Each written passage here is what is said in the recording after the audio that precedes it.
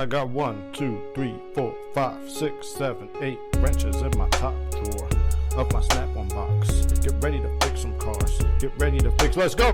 Today I want to talk about 10 tools that are going to make you money if you are an aspiring mobile mechanic.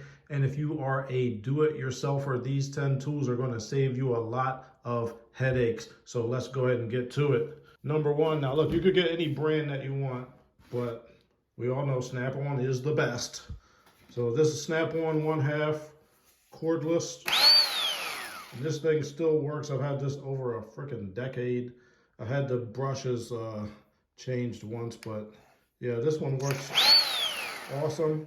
This is going to help you when you're getting off lug nuts. It's just going to be a huge time saver, and you are going to love it. You don't have to get the Snap-on. Milwaukee makes them, Matco makes them, a whole bunch of people make them, but yeah, get yourself a 1/2 drive cordless impact. And while you're at it, get yourself a 3/8 drive cordless impact.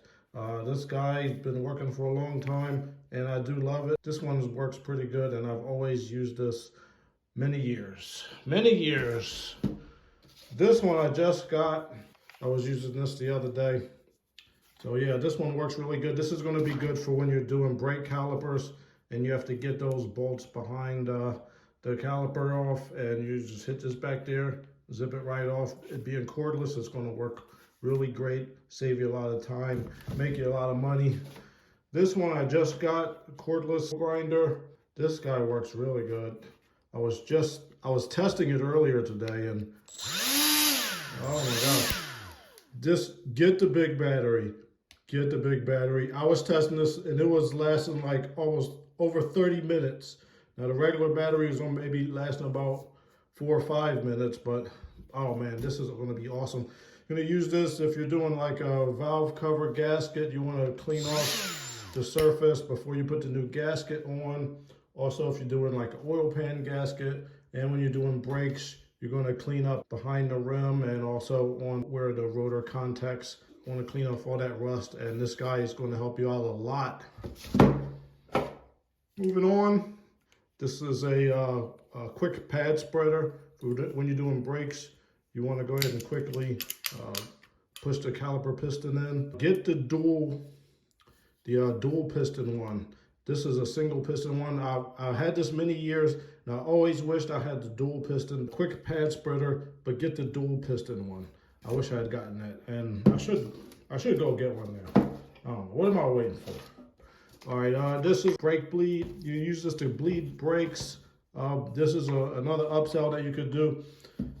Now, some old school mechanics think, oh, you don't have to change brake fluid, but you actually do. Brake fluid should be changed every 2 to 3 years. That is going to keep all the seals good in your brake hoses and in your brake calipers. So sell that to the customers, because you know they actually do need it. Pretty easy job, and you will make money with brake flushes, and they are actually important. And the 6th tool that you should get is an air compressor.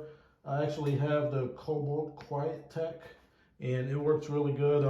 You're going to need that for the brake bleed and also for the coolant evac. Get yourself a coolant evac. So that is for when you're flushing out the coolant. That's another job that you could charge people for. It's actually very important. It's going to keep everything lasting a lot longer. All your hoses and seals are going to last longer when you change your coolant at the factory interval. So a couple more tools I don't actually have, but I'm going to recommend getting them. I'm going to buy them. I just haven't gotten around to it. There are engine spec books and brake spec guides that you could get from matcotools.com. Now, they're not sponsoring me, but they're the only company that I've seen that sell this. So get yourself one of those, a brake spec guide.